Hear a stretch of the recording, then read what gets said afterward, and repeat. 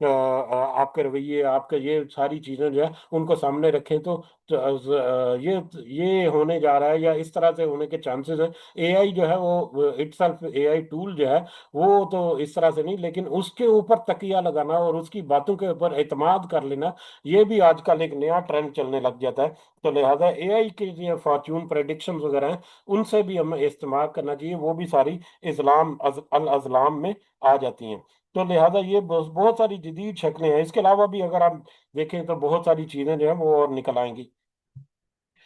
تو اے آئی وغیرہ، تو یہ ساری چیزیں جو ہیں یہ در حقیقت اللہ پر توکل کے خلاف ہیں۔ اللہ کے اوپر توکل جو ہے اس کو ختم کر کے دوسری چیزوں کے اوپر توکل جو ہے ان کی طرف انسان کو مائل کر دیتی ہیں، جبکہ ایک مومن جو ہے جب وہ کسی کام کا فیصلہ کرتا ہے تو وہ فیصلے کے ساتھ وہ استخارہ کرتا ہے، استخارے کے ذریعے سے اللہ تعالیٰ کی طرف سے مدد جو ہے یا اللہ تعالیٰ کی طرف سے جو استعانت ہے وہ چاہتا ہے۔ وہ دوسروں سے مشورہ کرتا ہے، جس کا حکم دیا گیا اللہ تعالیٰ میں نبی کریم صلی اللہ علیہ وسلم نے بھی کہ اچھے معاملات میں دوسروں سے مشورہ بھی کرو، بلکہ استخارہ کرنے سے پہلے خود اپنی پوری سمجھ بوجھ کرنا اور پھر دوسرے سے مشورہ کر کے فیصلہ کرنا اور پھر اس کے بعد استخارہ کرنا، یہ اس کی ترتیب ہے۔ اور یعنی کہ ایک مومن جو ہے وہ تو اس طرح سے اپنے فیصلے کرتا ہے، لیکن جو اس طرح سے فیصلے کرنے کے بجائے دوسرے ذرائع سے کچھ انفارمیشن لے کر اس کے مطابق فیصلے کرے گا تو یقیناً وہ اللہ پر توکل نہیں بلکہ ان دوسری چیزوں پر توکل شروع کر دیتا ہے۔ اسی طرح سے یہ توہم پرستی یا وہم پرستی کی طرف چلا جاتا ہے کہ انسان جو ہے اس کو اللہ پر توکل جو ہے وہ نہیں رہتا بلکہ دوسری چیزوں پر توکل کا وہم جو ہے وہ اسے ہو جاتا ہے۔ اور پھر سب سے بڑی بات کہ جو شیطان کے دھوکے ہیں یہ سارے شیطان جو ہے ان میں دھوکہ دیتا ہے۔ اب مسلمانوں میں بھی افسوس کے ساتھ کہ بہت ساری چیزیں جو ہیں وہ تقریباً یہ ساری رائے جو ہیں ہوراسکوپ کا جیسا کہ تذکرہ کیا کہ اگر آپ پڑھیں اس کو، میں نہیں کہتا یقیناً ان چیزوں سے اعراض کرنا چاہیے، لیکن اگر کوئی دیکھے تو کس طرح سے نفسیاتی اثر ہوتا ہے ان ہوراسکوپس کا یا اس طرح کی چیزوں کا انسان کے اوپر، تو اس کو سامنے رکھتے ہوئے ہمیں اس سے ضرور اجتناب کرنا چاہیے۔ کسی عامل، کسی نجومی، کسی بنگالی بابا سے اب جا کر پوچھنا کہ میرا مستقبل کیا ہوگا، اس کو ہاتھ دکھانا اور یہ ساری چیزیں، اور آج کل بڑے بڑے پوسٹر جو ہیں پاکستان، انڈیا، بنگلہ دیش وغیرہ میں لگے ہوئے ہیں جی، محبوب آپ کے قدموں میں، اور ساس جو ہے وہ اس کے اوپر، اور مطلب آپ کے خاوند کے اوپر آپ کا کنٹرول، اور یہ ساری باتیں جو ہے، اور عام طور پر افسوس کے ساتھ کہ اس طرح کی چیزوں میں خواتین جو ہیں وہ زیادہ مطلب پھسل جاتی ہیں، پھسلائی جا سکتی ہیں آسانی سے۔ تو بہرحال عاملوں اور کاہنوں اور نجومیوں کے ساتھ ساتھ جا کر اس طرح کا کوئی معاملہ کرنا جو ہے وہ اس سے انتہائی سختی سے منع ہے۔ یہ کچھ احادیث میں بھی ملتا ہے، مسند احمد میں، ابو داود میں بھی ہمیں ملتا ہے کہ نبی کریم صلی اللہ علیہ وسلم نے فرمایا جو شخص کسی کاہن کے پاس جائے اور اس کی بات کو سچا مانے، اس نے محمد صلی اللہ علیہ وسلم کی پر نازل شدہ شریعت کا انکار کر دیا۔ یعنی اتنی سخت جو حدیث جو ہے وہ ہمیں ملتی ہے۔ اسی طرح سے آج کل کے طریقوں میں اگر دیکھیں تو قرآن سے بھی فعال نکالی جاتی ہے، نعوذ باللہ، کس طرح سے لوگوں کو مطلب بیوقوف بنایا جاتا ہے کہ قرآن سے بھی فعال نکالی جاتی ہے کہ قرآن کھولو، قرآن کھولتے ہی سب سے پہلے صفحہ جو کھلے یا سب سے پہلی جو آیت کھلے، آیت سامنے آئے، نظر کے سامنے آئے، اس آیت کے مطابق پھر وہ جو بھی عمل کرنے والا ہے یا جو بھی وہ فعال نکالنے والا ہے وہ پھر آپ کو بتائے گا کہ آپ کا مستقبل یہ ہے کہ آپ کے ساتھ یہ معاملات ہیں، جو کہ قرآن میں جو کسی بھی طرح سے یا نہ ہی کسی حدیث میں اس طرح سے کسی عمل کو انڈورس کیا گیا ہے۔ اسی طرح سے آج کل استخارے کے بارے میں بہت غلط قسم کی جو باتیں جو ہیں وہ پھیلائی گئی ہیں۔ استخارے کے بارے میں بے شمار قسم کے معاملات جو ہیں کہ خواب ضرور نظر آئے گا، کوئی رنگ نظر آئے گا، کالا رنگ نظر آئے گا، اور افسوس کے ساتھ کہ اب تو آن لائن استخارہ بھی ہو رہا ہے، سوشل میڈیا ایپس جو استخارے کے لیے آن لائن استخارہ، آن لائن آپ اپنا مسئلہ بتائیں، وہاں پر استخارہ کر دیں، یعنی استخارہ جو ہے اس کے میٹر کو اس قدر گھٹ مٹ کر دیا گیا ہے، اور اس قدر انہوں نے مطلب بگاڑ دیا ہے اس کی اصل جو لوجک یا منطق یا اس کا اصل مقصد یا اس کا اصل طریقہ جو ہے اس کو بگاڑ کر کس طرح سے لوگوں کو بیوقوف بنایا جاتا ہے۔ اور یہ بھی سارے کیونکہ مستقبل کے بارے میں یہ فیصلہ کرنے کے لیے یا مستقبل کے بارے میں جاننے کے لیے یہ ساری چیزیں ہیں، تو لہٰذا یہ بھی ساری چیزیں جو ہے وہ اضلام میں آ جاتی ہیں۔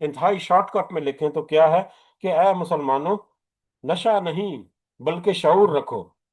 خمر نشہ، نشہ نہیں بلکہ باشعور رہو، میسر نہیں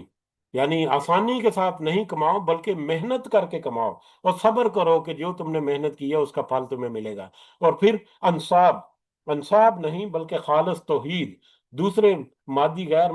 مادی چیزوں کے اوپر توکل مت کرو بلکہ اللہ تعالیٰ پر توکل کرو، اور ازلام نہیں بلکہ دعا اور استخارہ، مستقبل کے بارے میں، اپنے آئندہ فیصلوں کے بارے میں کسی قسم کے ازلام سے بچو، ظلم سے بچو، بلکہ اللہ تعالیٰ کے اوپر جس طرح سے اللہ تعالیٰ نے فرمایا استخارہ کے ذریعے سے اللہ پر توکل رکھتے ہوئے گزارو۔ تو یہ مفہوم ہے اس پوری آیت کا۔ تو انسان کو چاہیے، کیونکہ یہ ساری چیزیں جو ہیں در حقیقت یہ شیطان کے عمل میں سے عمل ہیں، تو ان سب سے بچو۔ انما یرید الشیطان، بے شک شیطان کو در حقیقت چاہتا ہے ان یو کیا بینکم العداوہ والبغضاء، کہ وہ ڈال دے تمہارے درمیان دشمنی اور بغض، فی الخمر والمیسر، شراب اور جوئے میں۔ شراب اور جوئے کے نتیجے میں شیطان جو ہے وہ تو یہی چاہتا ہے کہ وہ تمہارے اندر بغض ڈال دے، یا تمہارے اندر جھگڑا اور لڑائی اور فساد جو ہے وہ کر دے۔ اور یہ شیطان کی سب سے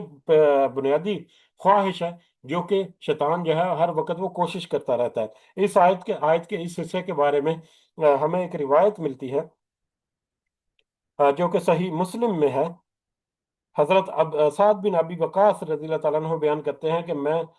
مہاجرین اور انصار کی ایک مجلس میں گیا تو وہ کہنے لگے کبھی آؤ تو تمہیں شراب پلائیں اور تمہیں کھلائیں پلائیں۔ اور یہ شراب کے حرام ہونے سے پہلے کا واقعہ ہے، یہ شراب سے حرام ہونے سے پہلے شراب جو ہے وہ یوز کی جاتی تھی۔ بہرحال حضرت سعد بن نبی وقاص کہتے ہیں کہ ایک دن میں ان کے ہاں ایک باغ میں گیا تو کیا دیکھتا ہوں کہ ان کے پاس اونٹ کی بھنی ہوئی سری اور شراب کا ایک مشکیزہ پڑا ہوا ہے۔ سو میں نے بھی ان کے ساتھ کھایا اور پیا۔ میں نے ان سے مہاجرین اور انصار کا تذکرہ کیا اور کہا کہ مہاجرین انصار سے زیادہ اچھے ہیں یا بہتر ہیں۔ یہ سن کر ایک آدمی جو نصارہ ہوگا وہاں پر، ایک آدمی نے سری، وہ جو اونٹ کی سری پڑی تھی، سری کا ایک جبڑا اٹھا کر مجھے مارا اور میری ناک کو زخمی کر دیا۔ میں نے رسول اللہ صلی اللہ علیہ وسلم کے پاس آ کر انہیں یہ بات بتائی تو اللہ عز و جل نے میرے بارے میں یہ آیت نازل فرمائی۔ تو اس آیت کا نزول جو ہے، شان نزول، اس کے بارے میں یہ روایت جو ہے یہ صحیح مسلم سے ہمیں ملتی ہے۔ تو یعنی شیطان جو ہے وہ تو چاہتا ہے کہ تم اس طرح بہک جاؤ کہ تم آپس میں دشمنی اور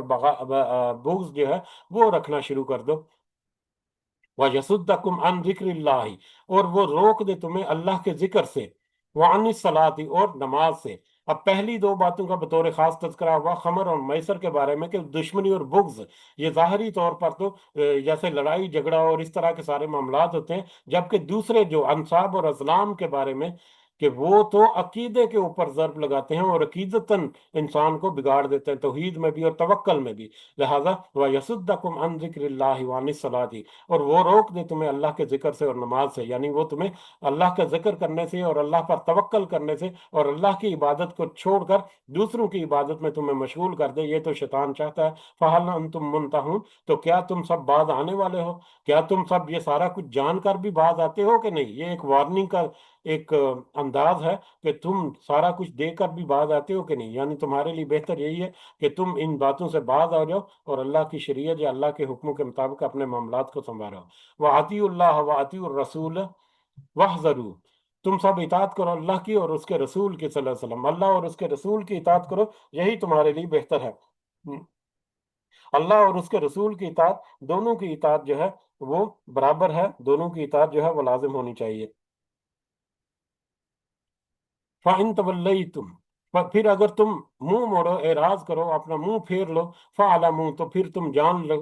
انما علی رسولنا البلاغ المبین، کے ہمارے رسول پر پیغام پہنچا دینا واضح طور پر یہی اس پر ذمہ داری تھی۔ یہ سب کچھ جان لینے کے باوجود اگر تم ان سے منہ موڑو، یعنی اللہ کے حکموں سے منہ موڑو، شراب اور جوا